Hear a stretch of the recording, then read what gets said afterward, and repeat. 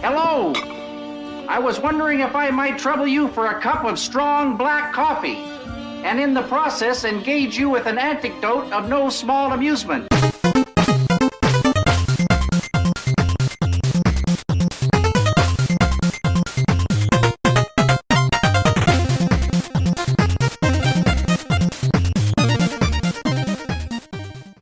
Hello, nerds and jawbreakers. Welcome to the podcast for all your sweet nerdy needs. This is NerdyVerse. I am John Wayne. And I'm Megan. I'm not a herd leader on this series. I guess I could still be. You could still be. No, this is a new series. This is episode 3 of the new series of NerdyVerse, where we talk about everything that's not Star Wars, because we love other things as hard as it is to believe. And so we do talk about Star Wars every week. Hopefully you checked out our recent episode on Boba Fett and Jango Fett and all the reasons why they're awesome, but also kind of weird, but also still better than just the cool guys. Like, they deserve some love and respect, as do other fandoms, which is why we're here today. Yeah. The last Dearly couple beloved, we are here today. Yes, to beloved fandoms. Yeah, exactly. Yes. The last couple of episodes, or the first couple of episodes of Nerdyverse, were spent all about preparing you for everything that's not Star Wars that we're going to talk about. We didn't cover everything we both love, but we talked about some other things, and hopefully you found that interesting and some of it resonated or seemed familiar. We have gotten a couple of mentions of ideas, and that has kind of put us in a direction for future episodes. So it just goes to show, Twitter, Instagram, Facebook, hit us up and let us know if you got a fandom that's not Star Wars that you want us to talk about.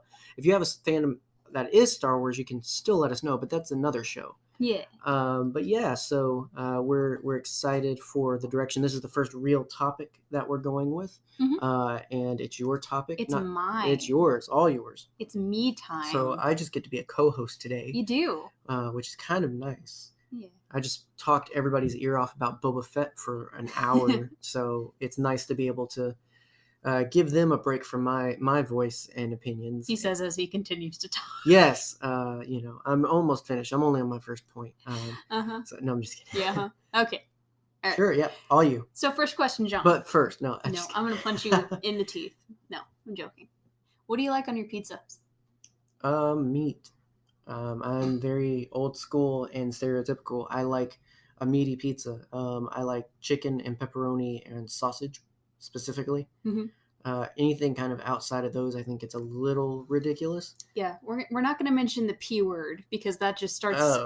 Pineapple pizza is fine. I okay? was trying to avoid talking about it. What you got to do though is you got to eat it the morning after when it's still slightly cold, because pineapple's not meant to be hot. Okay. Yeah. You eat pineapple pizza as God intended the morning after. So you get your pepperoni pizza and eat that the night of, but then you also get a pineapple pizza that you put straight in the fridge and save for morning. It's like KFC chicken. You have to eat it the day after when it's been microwaved. Or just don't eat KFC chicken, because it's literally does not deserve the praise that it gets for fried chicken. You're right. But Church's chicken, dog, all the way. Church's chicken is amazing. Yes. But this isn't about chicken. This is about pizza. This is about pizza, apparently. Yeah. Lavish the Pizza and Parsecs podcast is going to sue us for infringement. See, that's exactly why I was trying to avoid the P word, because I didn't want to start. I'm just trying to educate these people on the right way to do pineapple pizza. Yes, it's bad and wrong if you do it the wrong way. You just got to do it right, and then God won't punish you. Like, I mean, it's just that simple. You're starting to sound like church Catholic? in the 70s. Wow. Okay. No.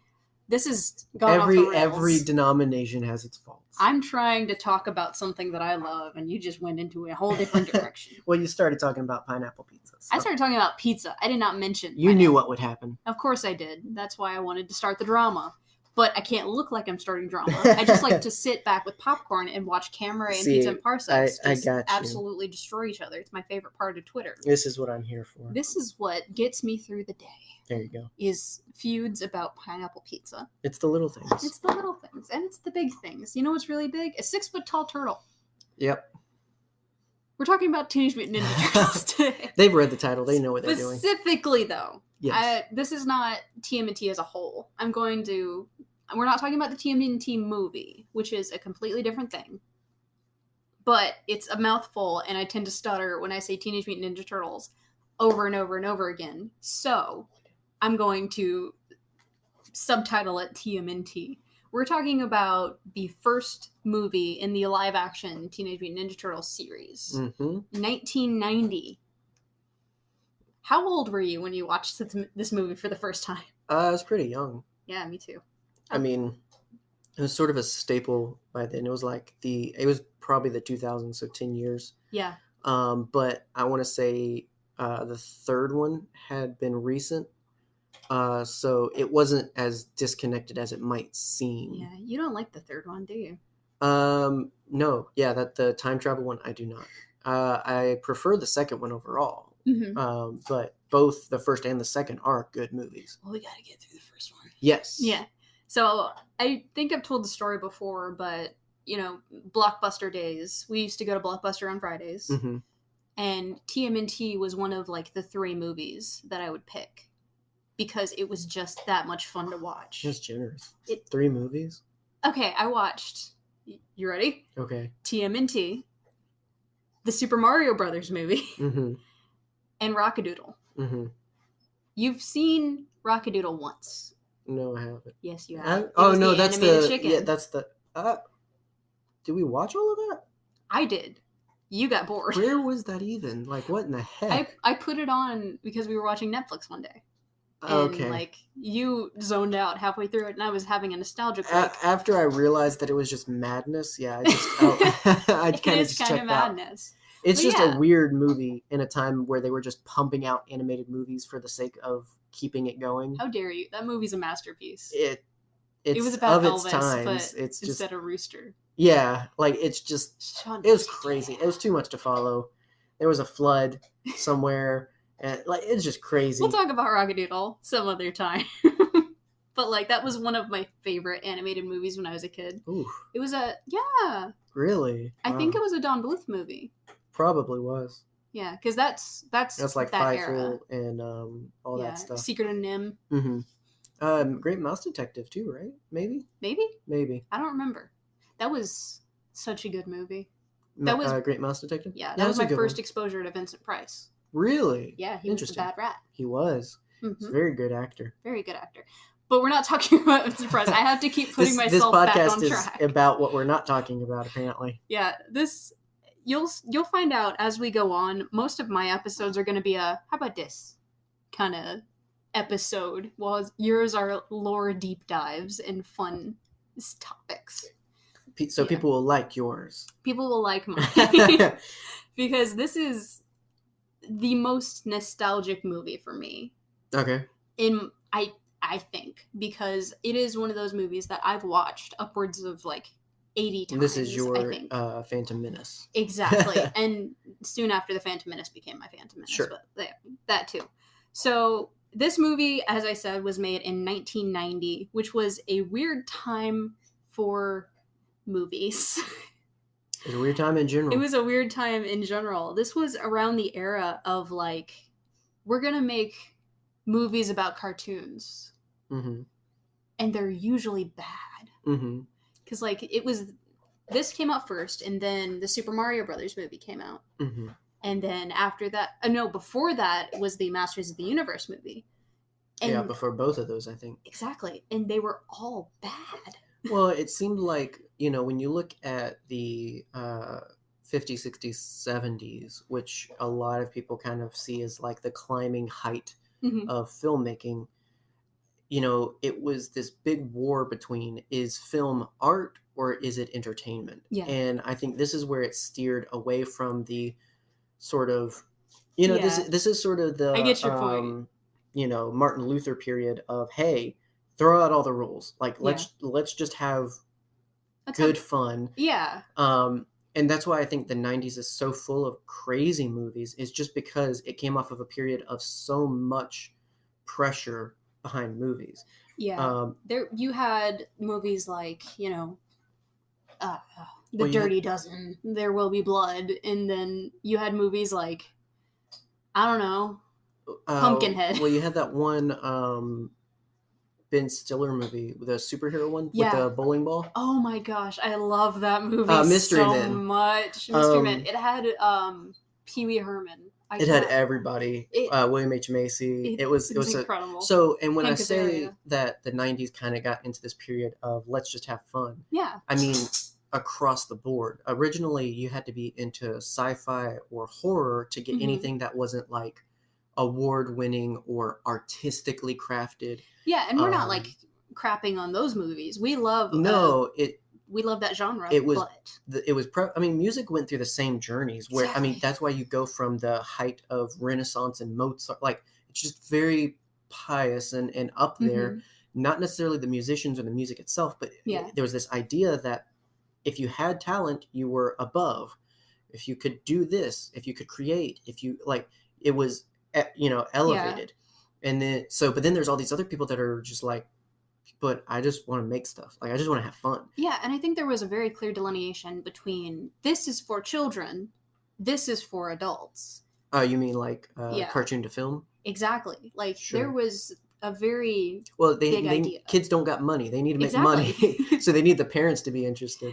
Exactly. And I think these movies were kind of a blurred line in there of like... Well, especially the first one. I feel like after that one, they really turned and started to be a little bit more traditional TMNT. But the first one's definitely a blend. It's definitely like you at any given point, it's for everybody, and then it's for one age, and then it's for everybody, and then it's for one age kind of thing, which is a really good mix. And you don't really catch it until you're at a different age, I think. Yeah. It watches differently as you grow up, but stays relevant the whole time. Unless you're like me, where I watched the Teenage Mutant Ninja Turtles movie at like the perfect age, I think. I was like 6 or 7 when I first watched it.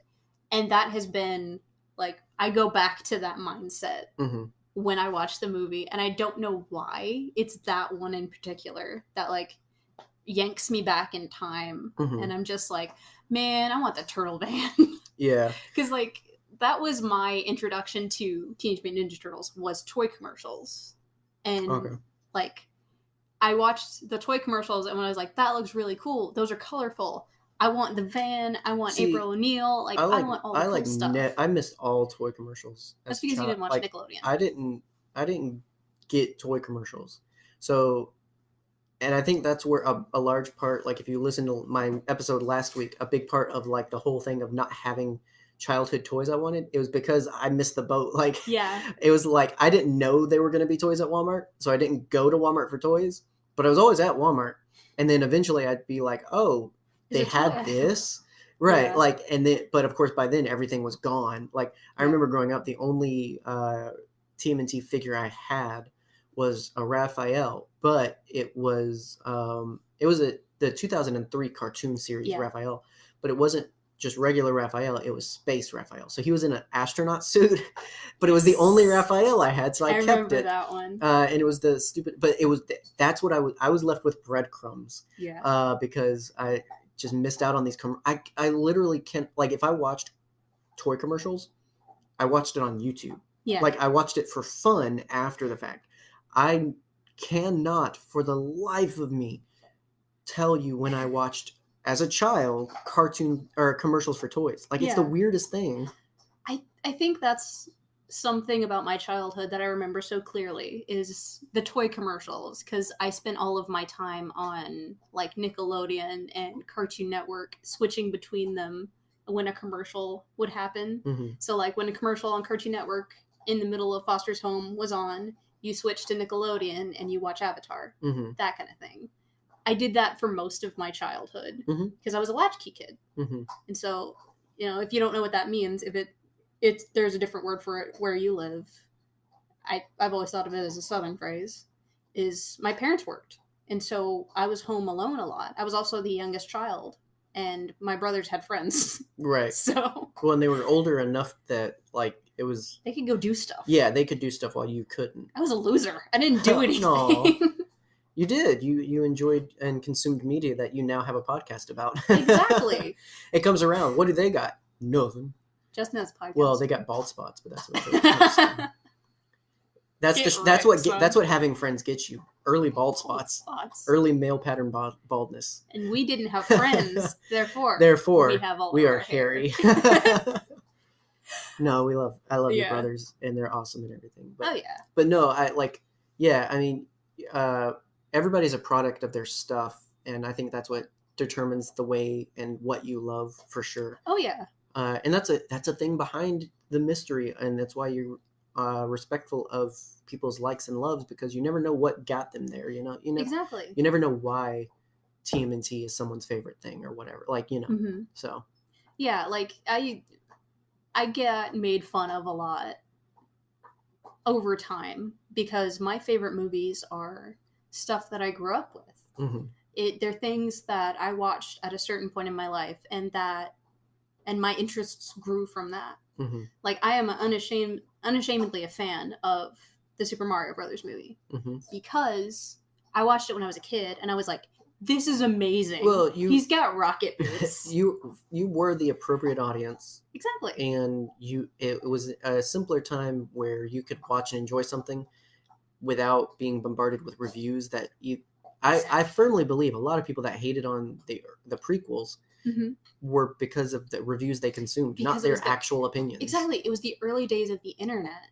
And people were running to forums right after watching it and being like, oh my gosh, this is terrible. Like it's I really believe, and it's tough because we have a podcast, but it's like, I really believe with stuff like that you love, you should consume enough to get your own good ground opinion mm-hmm. on it before you ever take anyone else's opinion. Like, make up your mind first before going into other people's minds.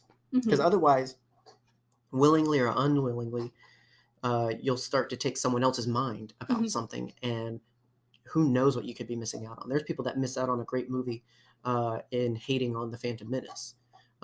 Similarly, there's people that miss out on TMNT stuff for having the opinion of someone else and never actually checking it out for themselves. Yeah. Like this, we'll actually get into talking about the movie, I promise. But this was a jumping off point pop culturally for me, mm-hmm. I think, because it was such a reference point for so many other things. Because this was 1990.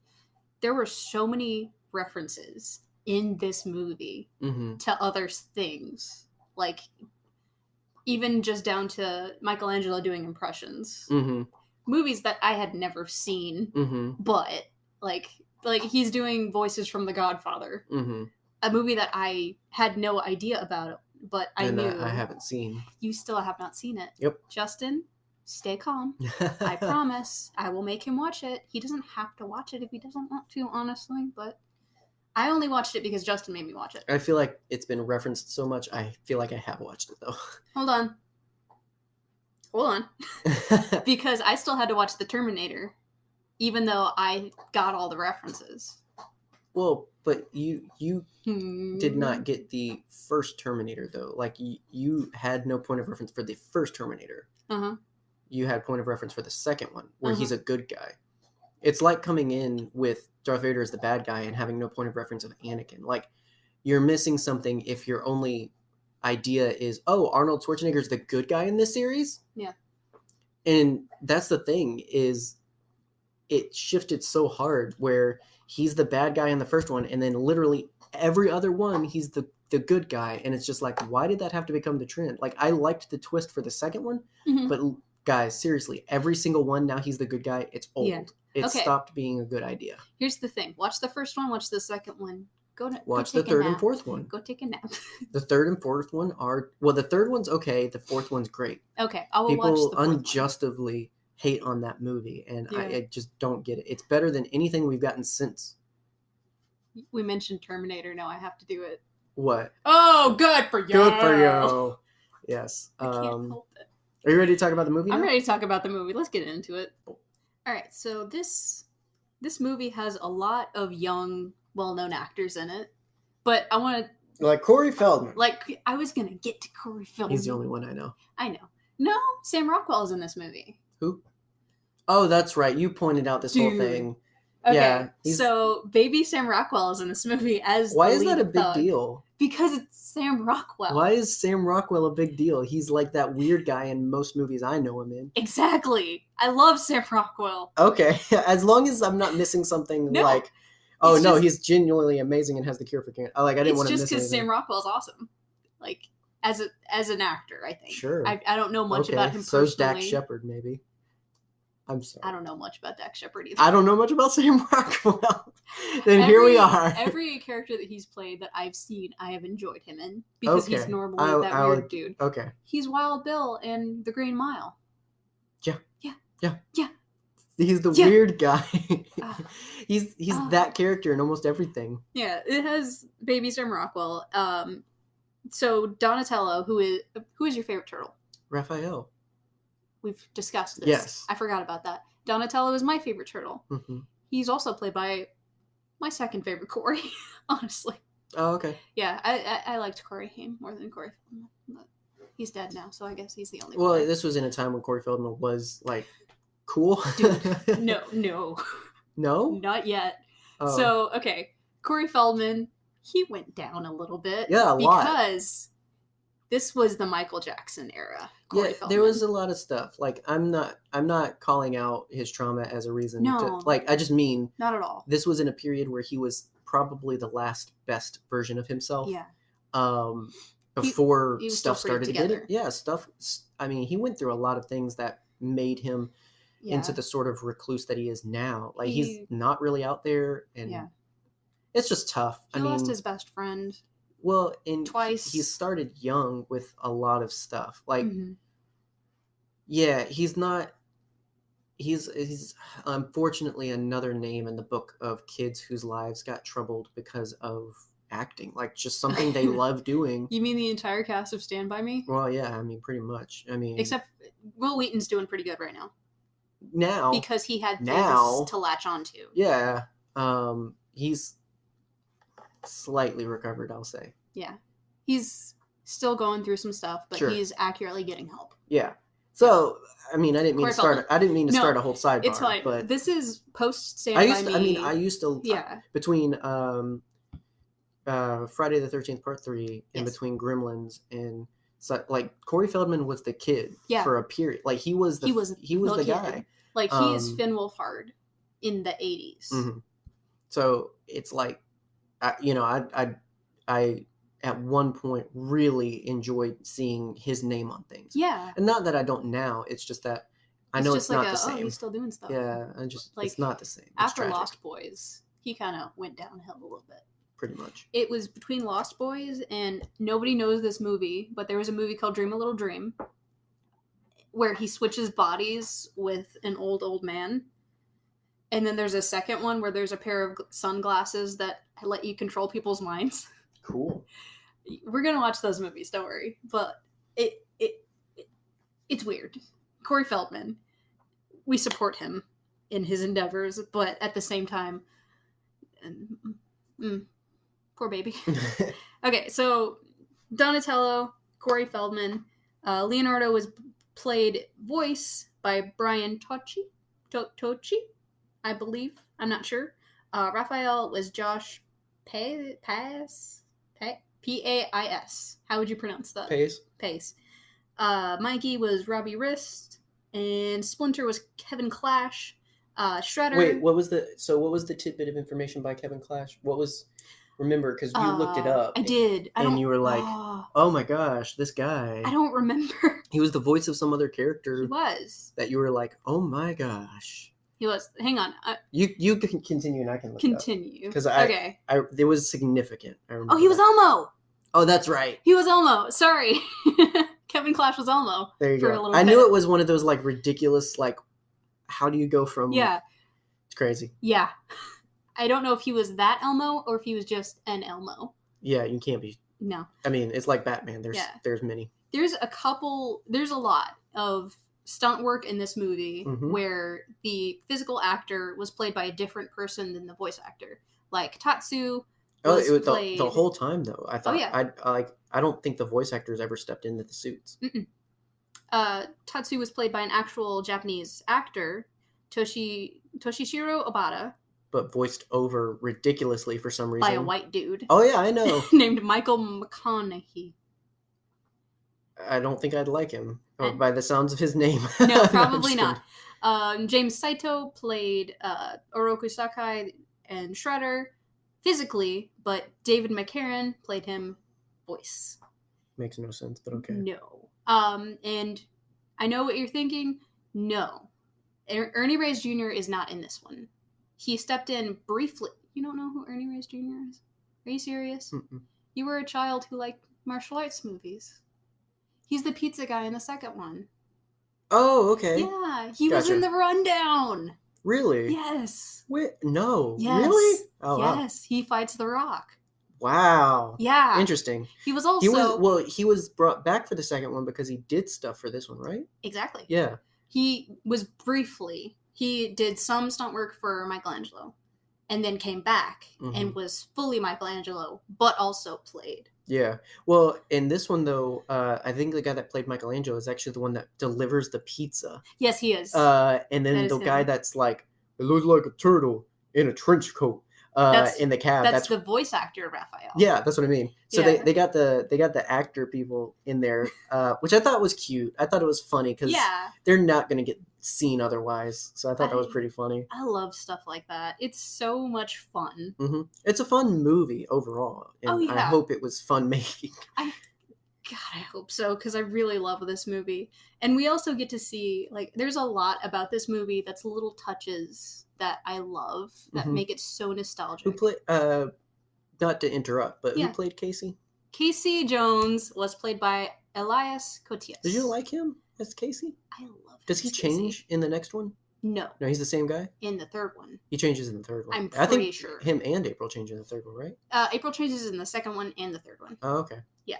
Judith Hoag plays April O'Neil. She did not enjoy working on this movie. Wow. That's so weird. She did promotion for TMNT stuff for the anniversary and all this. Yeah. I mean, I guess maybe she's come to terms with it, kind of like Billy from Power Rangers, but I don't know. So sad. It's just interesting to hear what does go behind the scenes. Danny Pennington was played by Michael Turney. He hasn't done much. No. But he's a cute kid. He's all right. He's a ginger kid. I love a good ginger kid. Who's your favorite ginger kid? I don't know many. And why is it Asher? He's not ginger then. He's not ginger yet. Maybe. One of them will be ginger.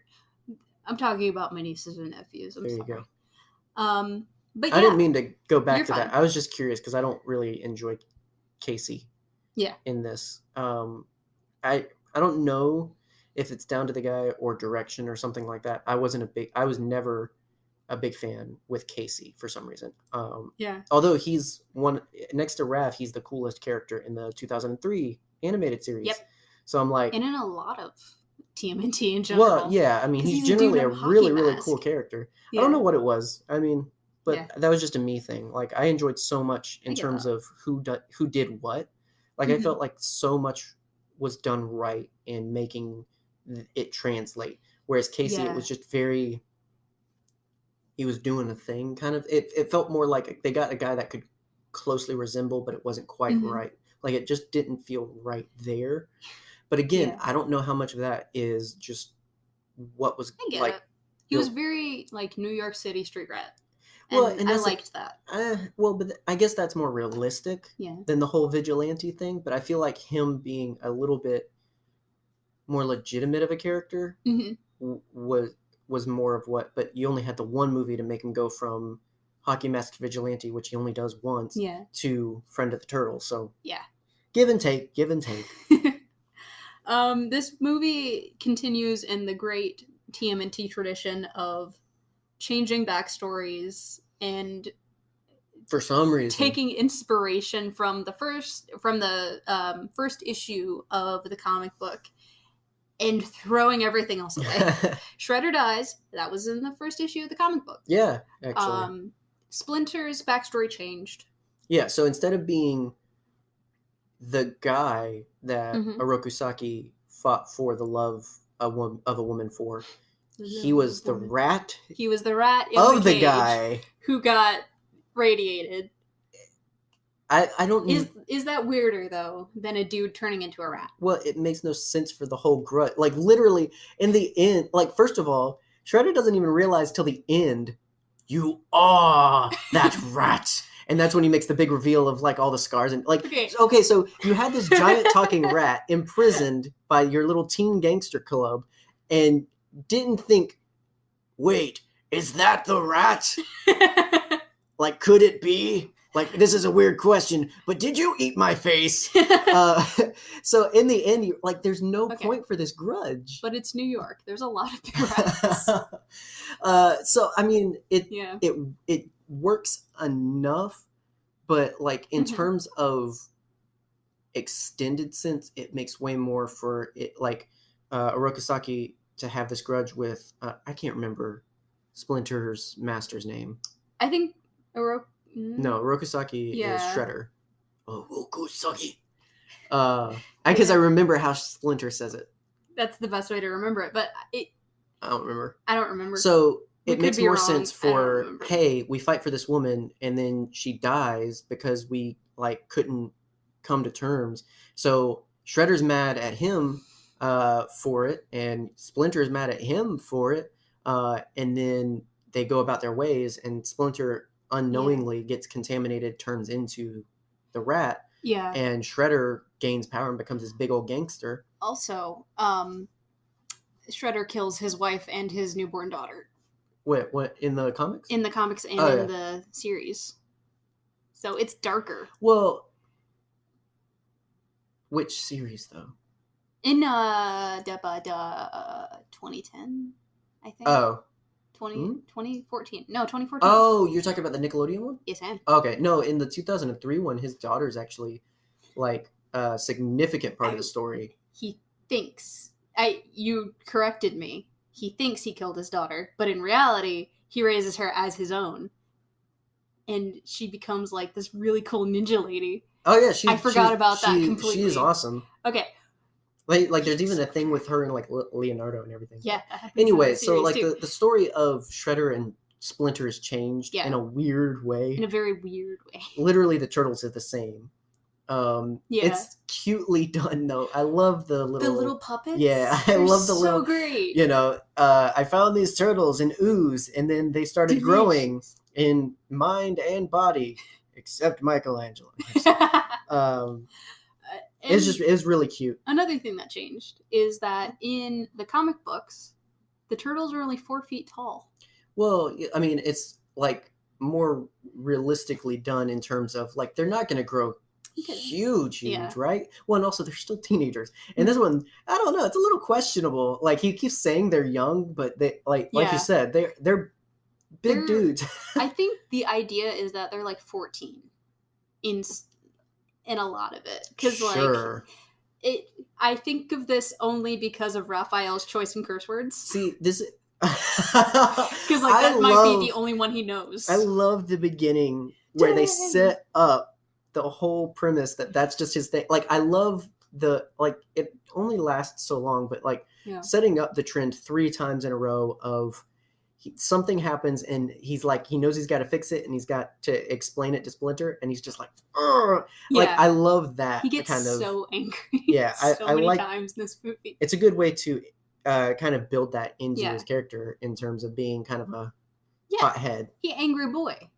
That's why he has crack in his shell. Mm-hmm. Usually, if you're doing it right. But that's what I do appreciate of the Nickelodeon series is they legitimately made them younger. Yes, I appreciate that very much. It seems so many have such a hard time capturing that well. I mean, it's almost the Spider-Man effect of this is a teenager, not a full-grown You man. lose it in halfway through the movie of he's a teenager. Like you show one scene in school and that's it.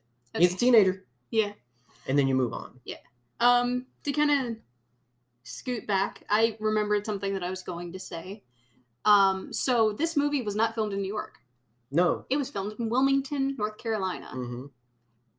I lived there. It had exteriors from New York. Yeah, it had because some B-roll. Like a third of the movie takes place what is literally in Carolina. Yep. When Raph's in the tub healing and whatnot. Like that's just straight Carolina. But the rest of it's just like city. Like they don't do much really in the city. You know what else was filmed in North Carolina? Dawson's Creek. I know. I know, because I was forced to watch that show because they filmed at my parents' building. Also, you could just point and say, I know that place. I know that place. There's, like you said, there's a lot of references in this movie. The movie that Raph goes to see in one of the opening scenes is Critters. Yeah. Like, where do they come up with these things?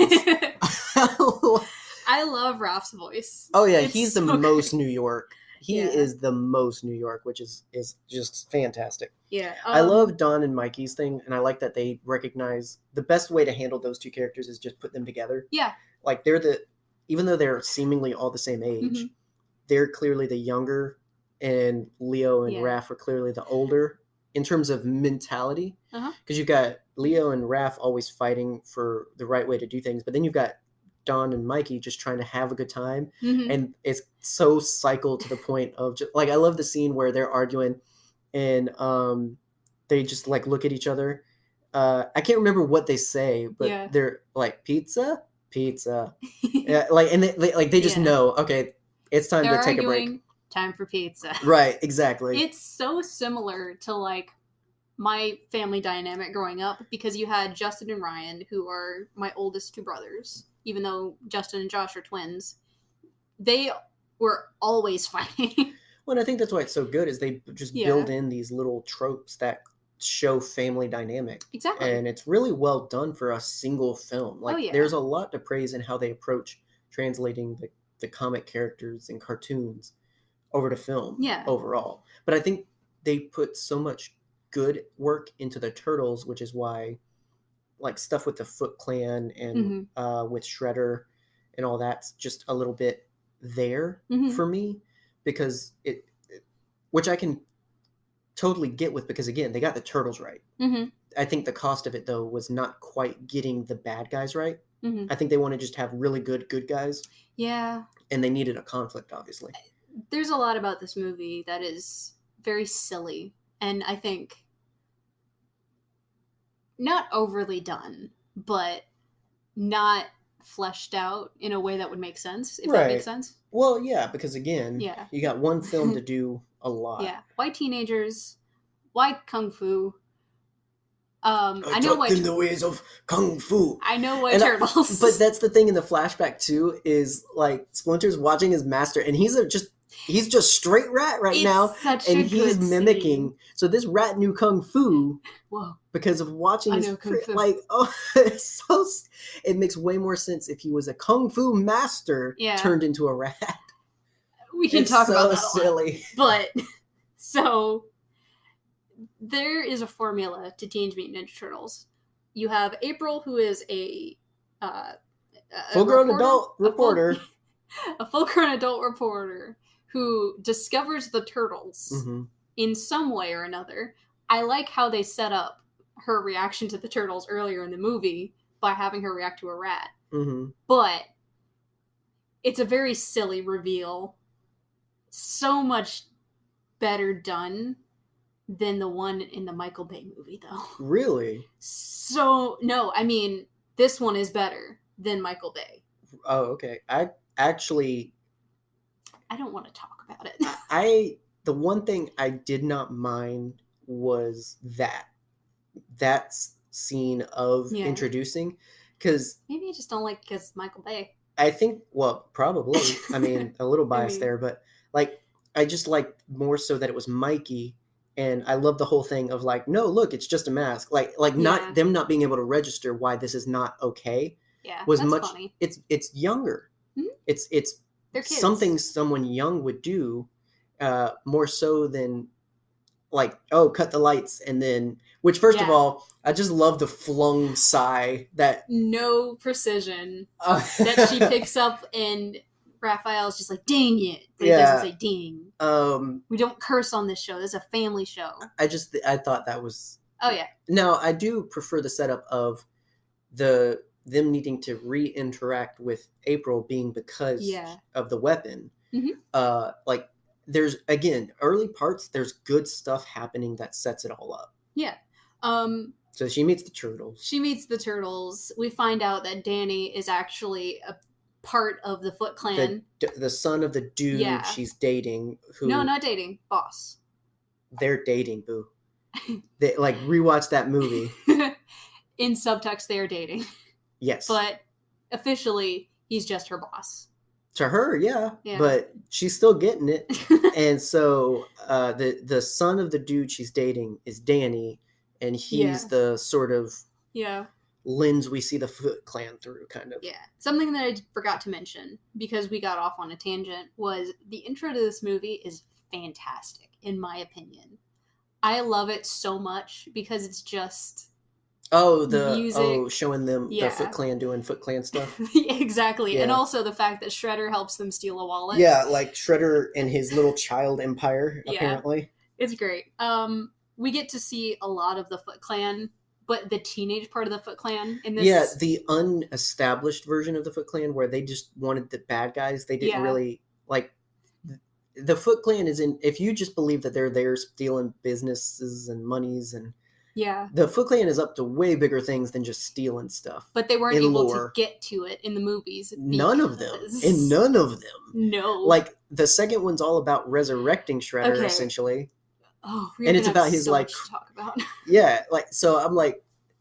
They really undersell who the Foot Clan is and what even Shredder's motivations are. And they didn't even get to my favorite part of the Teenage Mutant Ninja Turtles.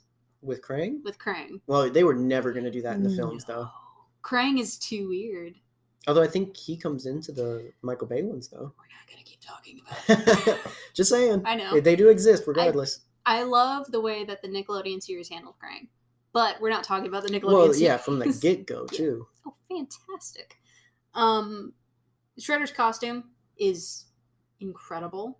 It's so shiny. They really translated look very well. I have on my shelf an action figure of the 1990s Shredder. This is not Super Shredder. That's the next movie. But it's so glittery. Oh yeah, it and looks just great. Beautiful. And I just like, if you want to be... It looks so good. the ultimate Kung Fu master, you need to incorporate You need to shine. Exactly. And he does. He shines very well. I don't think we don't get a lot of Shredder in this movie. Like a surprisingly little amount. Yup. Even though he's like one of the main baddies in the cartoon. In the original 80s cartoon.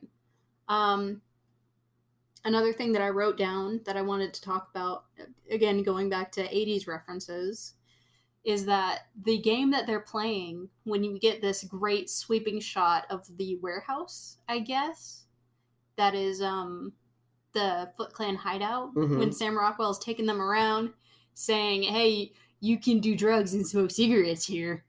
And they're playing the Narc game. Have you ever heard of the Narc game? No. So in the Reagan era, Nancy Reagan was super about, no drugs. We're going to crack down on drug use. We're going to get all these drug users out of here. Sam Rockwell, you go home. That kind of thing. And so what happened with that was you got, the iconic, this is your brain on drugs commercial. You got primetime television people saying, hey, don't do drugs. You had cartoon characters doing commercials that was like, hey, you're a kid, you don't know what drugs are, but don't do them. There was a Tiny Toons episode. Oh yeah, everything had a drug episode. It was insane the amount of anti-drug messaging that was going on at that time, including in video games and arcades. The Narc game is a game where you play as a cop. Okay. And your job is to go through the streets of New York and to shoot drug dealers. Nice. And that's the game. Okay. Yeah, that's it. Justice. And the screen that starts off the game is just winners don't do drugs. Which, if you've heard me say that like 1,000 times... Sure, that's where it comes from. Okay. So, I love little weird history referentials like that, I guess. Because, this was so 80s for a 90s movie. Yeah, well, it's 1990, so Yeah. it's, I think, just, I mean, when it was made would have been the 80s, depending on how long they were working on it. But yeah, it's definitely a product of its time in a lot of ways. And we mentioned it briefly, but there is a great section of this movie where it takes place in a farmhouse, where it's a very stark. I'm going all over the place because honestly, I don't have very many notes. I was just planning on talking about the movie because it's a good movie. Because it's a good movie. There's a first and second act, and then there's a whole third act in the very middle of the movie where it transitions into like Little House on the North Carolina Prairie. This is the slowest part of the film, and just very yeah. You go from actiony ninja times. They didn't know what to do. Exactly. Like they needed more time. They changed directors. Yeah, and they needed some time between. Oh, let's go kick Shredder's butt, and so we get this exposition from April, and we get just these little things, just very. We're hanging out because Raphael's not awake, but we're just leaving him in water because that's gonna work eventually. We have to have a moment where Casey and April get together, so we're gonna have them hate each other for a little bit. It's just checking off the last couple of boxes before. Oh, yep, we're good. Yep. Let's go. Let's go fight. There's two weird things about this section of the movie. Number one, April is narrating. Yeah. The entire time. Right. And apparently she's a great artist. Apparently. And she's doing all of these great pictures of the Turtles. Right. And then Danny shows up. No. Well, no, you're right. He's been hanging out with Splinter. Yeah. And it's making him a big old softy. And now he's thinking about quitting. And we know what happens to quitters and gangs. They go home free. Exactly. No. You need a pat on the head. Good boy. You left a gang. No, they get attempted murder. Yeah. So the second weird part about this section is that the turtles go on a vision quest after Raphael wakes up. Yeah, and Splinter's basically just like, and goodbye, because I'm dying. But then he doesn't. Goes to Splinter. Yeah, because it's just like, it doesn't. I don't think I guess they couldn't commit to him dying, or like, I don't know. But yeah, there was a big mix of things going on in this portion. So they go back to New York and they find Danny living in their sewer. And April gives him a picture of that she had drawn of Leonardo. And then that's enough for Shredder to just be like, oh, you're bad. That's a turtle. Right. Like, and then we go into the wild as frick ending of this movie. Which is just lovely. I love it so much. There's an entire gang reform. There's Casey Jones murdering. Like, it is such a crazy ending to this movie that I highly recommend. If you have not watched this movie. Or not watched it in a while. Yeah, exactly. It holds up to me. Yeah, it's a good movie. Yeah. It's still a good movie. It's fun. If you watch it for no other reason than it's fun. Yeah, just watch the movie. It's good. You'll like it, I promise. And if you don't blame me. There's worse things you could waste your time on. Honestly, yeah. Like drugs. Don't do drugs. Don't do drugs. So this movie is, I've said hundreds of times, one of my favorite movies. Like, it's fantastic. It's way up there. And a couple of notes that I did not get to is just, this movie is super cute. Every single bit, like, the relationship between Donnie and Mikey, fantastic. The moment when Raphael wakes up and Leonardo is just like, oh my gosh, he's awake, my brother, I love you. It's very sweet. Like, the thing they get right, which again is, I think, the big trade-off. The Turtles is the best thing about the whole movie. Yeah. It's the most well-done thing, most well-developed. And if you're going to get anything right about a TMNT movie, at least better be the Turtles. Exactly. And the music and the sound design in this movie is great as well. Yep. Like, well, great effects, great Yes. puppet effects done by Jim Henson Company for Yes. the Turtles, which Yeah. is really nice. And the costumes are great. I forget the timing, but a lot of the scenes with the dialogue in the movie are actually filmed slow so that they could speed it up later. So because the mouth movements are hard to sync up with the eye movements and the rest of the, puppetry. Mm-hmm. I think stuff like that's pretty interesting. Like I said, Yeah. my intro. I like puppets. I think we take for granted, because we just are either so used to seeing technology like that or seeing something better Mm-hmm. that we don't really regard the level of difficulty in 1990 to do full puppet characters like that for extended periods too. Yeah. I mean, it's not like the Turtles aren't very prevalent in the films. Like they're like the main characters. Exactly. And they were so lovingly well done. Sure. And a good approach of both realism but also characterization and everything. Yeah. This also, that when I was watching the movie, I also had a realization. I had a type when I was younger because I had Green a huge and scaly. No, I had a crush on Casey Jones. Sure, long hair. It was Casey Jones and Tommy were like my two young girl crushes, and I don't know why, honestly, because they're on two very different ends of the moral spectrum. One could say. Yeah. That's it. I did not have a crush on Casey. You had a crush on Kimberly. Huh? You had a crush on Kimberly. Sure, that's Power Rangers. Yeah. That's a different thing. Power Rangers had a crossover with TMNT, though. Yes, they did. That was sad and not great. Yeah, I think if we don't talk about the rest of the movies, we're probably just going to talk about 2 and 3, honestly. I mean, I'm sure we will. I think we should. If we're going to open this jar, we should eat all the pickles. I mean, all of the pickles. You got to eat them all. And just have a terrible time because TMNT 2 is your favorite. Yes. And then the animated kind of TMNT movie. I like 2 more than this. I like TMNT, the real third film in the series, but it's the animated one. Yeah. It's digitally animated. And if you don't remember, the 4th one is when they introduced the girl turtle. Yeah. Well, and that's also when just budget got much more strapped. Yeah. And also, there was Teenage Mutant Ninja Turtles World Tour, which was a tour movie.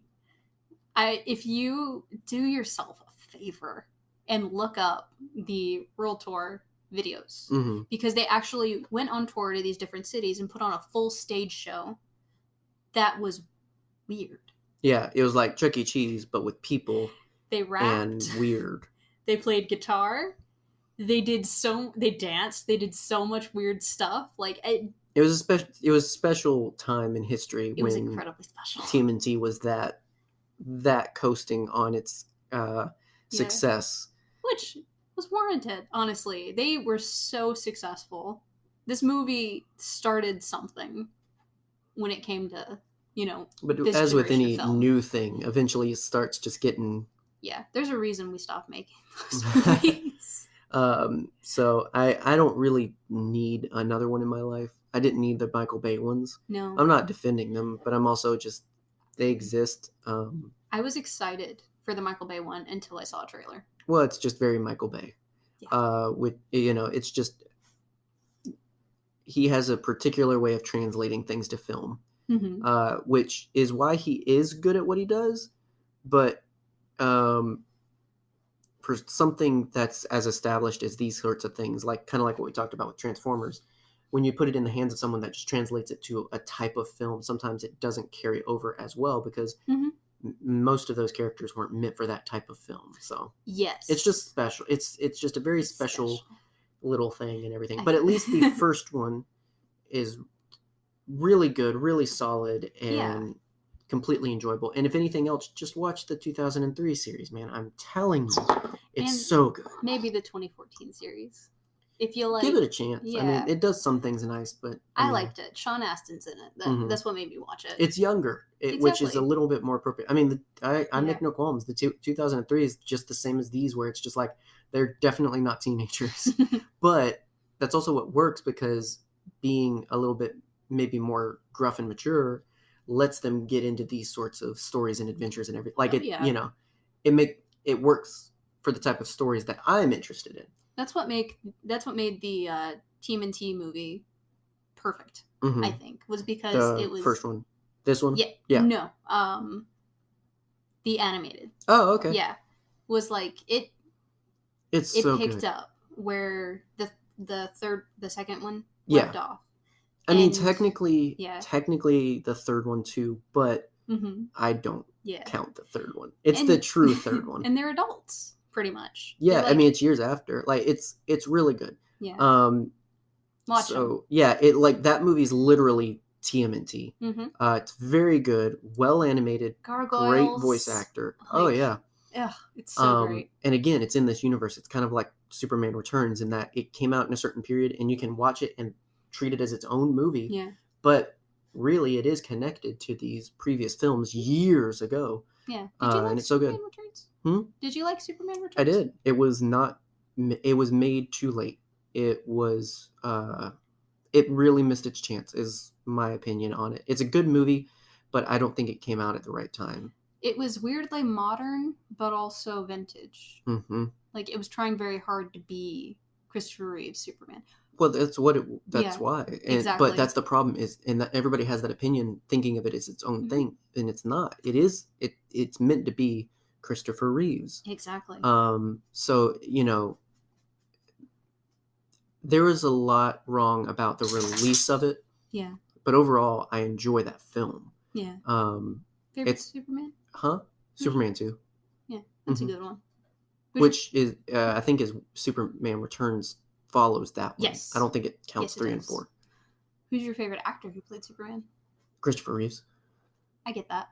Yeah, he's definitively Superman, especially if you look into some of the interviews of him and just seeing him as a person. He's a legitimately cool person, and I don't necessarily completely agree with everything, but I don't necessarily agree with everything that I call every person I say is a good person doesn't mean I condone everything, but generally as a person, he's a great person and the kind of person you want to be Superman. He really gets it and represents it. And I'm not saying that as a jab to any other actor. Yeah. It's just that I felt like he most embodied Superman, and that's why it fit. Like when he puts on the cape and when you see him, he is Superman. Yeah. It's just that way for me. I think that's why I think Henry Cavill is a good Superman, where he picked up, because he is slowly turning into that kind of person. Yeah, I can see that. I like him as a person now. Not knowing much about him and not really liking Man of Steel entirely. It's a good movie. It is a good movie. It's the best modern Superman. Yes. It's the best in quite a while. But there have to be its own thing for me to completely unpack my feelings about that movie. But overall, initially, I did not like it or him. It was not sitting well for me. But again, coming from a Christopher Reeves fandom, I eventually figured out why. But I also was able to kind of reconcile that. So now I like Henry Cavill for several other reasons, which makes me go back and more prefer his performances now. Is it the mustache? Oh yeah, absolutely. Him in Mission Impossible is amazing. You can keep your Geralt all day. Whoa! Yeah, best thing he's ever done is Mission Impossible. I don't care what anybody says. Welcome to the Henry Cavill cast. It's Mission Impossible. It's Mission Impossible. It's Man of Steel, and then it's Stardust. That's his career. Was in for 5 minutes. That's his career for me. Wow. Okay. So controversial opinions about Superman aside, great movie, highly recommended. Yeah, we were talking about Teenage Mutant Ninja Turtles, weren't we? Well, I mean, this is how our conversations go. Sure. Well, I mean, both series did the same thing where they were the heights of examples of doing something well and then slowly losing it, and then years later coming back and trying to continue it, but not really catching the audience anymore because they missed the shot. Mostly Lois and Clark was not that good. Excuse you. Dean Cain is a good Superman. Bump off. Like I love it was better than Smallville. Whoa! I'm just controversial opinion time. I'm just telling the truth. Smallville. I am just telling the truth. In Superman TV, Smallville's my favorite. I'm enjoying Supergirl. In Superman TV, the only appropriate answer is the animated Superman show. Okay, that's fantastic. First of all, but and if you can't get that, you settle for Dean Cain because he's not bad. He's not bad, but like I enjoy Supergirl because it's Supergirl first. It's Supergirl first. But when Tyler Hoechlin shows up as Superman, all I'm like, that's Derek from Teen Wolf. I can't separate that in my brain. I don't like the way he looks. The one that shows up in the new DC shows? The Superman? Yeah. I'm Tyler not a fan. Hoechlin. Why?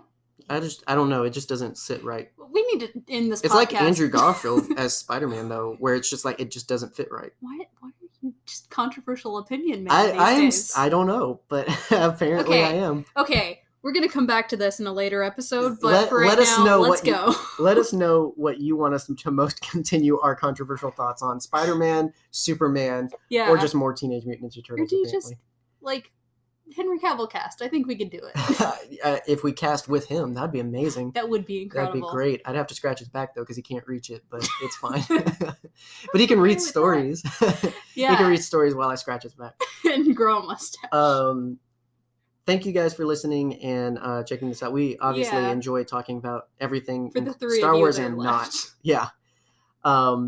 Next week, it's my show, and we are back with something super nerdy and involved and going to blow your minds with knowledge about a video game you probably never knew had so much lore in it. It's an indie game about a master chef. No, it's a multi-million-dollar blockbusting game about Master Chief. But and Cortex. I'm going to tell you all the reasons why you should love Halo, but not because of the games. And so it's going to be interesting and it's going to be involved, and hopefully you're there for it. Expect a lot of him talking, a lot of me going, oh, that's interesting. Right. So, but it's a lot to love. So I'm looking forward to it. I've been really enjoying preparing for it because Halo is something that's sort of resurging, or would be if the game was coming out when they said it would. But it's coming kind of back into light since it's getting a new game in the series. And so it's been coming back into relevancy and just in life in general. So to be able to talk about it's going to be fun and exciting. So hopefully you'll be back next week for that. Any of my video game friends, feel free. And I say that as someone who loves those games, by the way. The books are way better. I just remembered another Henry Cavill movie that was really good. Sure. Have you ever seen The Man from U.N.C.L.E.? Nope. Really good movie. You'd like it. Okay. Spy movie. There you go. So be back next week where we start talking about Halo for however long it takes us to talk about Halo, because there's a lot of lore, literally about 200,000 years worth of lore. Yeah. So going to be so much fun. He's also in the running for the next James Bond. That I'm there for that. Mm-hmm. Would prefer Idris Elba, but sure. Yeah. Honestly. So we'll be back. Hopefully you'll be back, and look forward to Star Wars Rebels coming out later this week. All that good stuff. If anything interesting tickled your ear, you can let us know on Instagram, Twitter, Facebook, all of that good stuff. Thank you to our patrons who help pay for the madness. Your bad financial decisions are our blessing, but we appreciate you, Jim, Rebecca, and Doug. We also appreciate our friends in the Red5Network, a family of podcasts about Star Wars and more. If you like us, they're even better than us, so definitely check them out at red5network.com. You can also check out Game Infinite, especially since we're talking about Halo. We're going to talk about mini video games, and Game Infinite is a community of people that love games and also other things like Star Wars and Tomb Raider and Apex and Final Fantasy and so many other wonderful franchises of games, and it's full of cosplayers, artists, all kinds of stuff. So Game Infinite, especially over on Instagram, check them out and get them in your feed so you can see all kinds of cool game stuff, and including some stuff from us for Star Wars. So that's really cool. But thank you so much for listening. Thank you for sticking this madness out. Let us know your favorite turtle. We're sorry. I'm not, but we'll be back next week. Baby. Wait a minute. You know, this is, excuse me, A damn fine cup of coffee.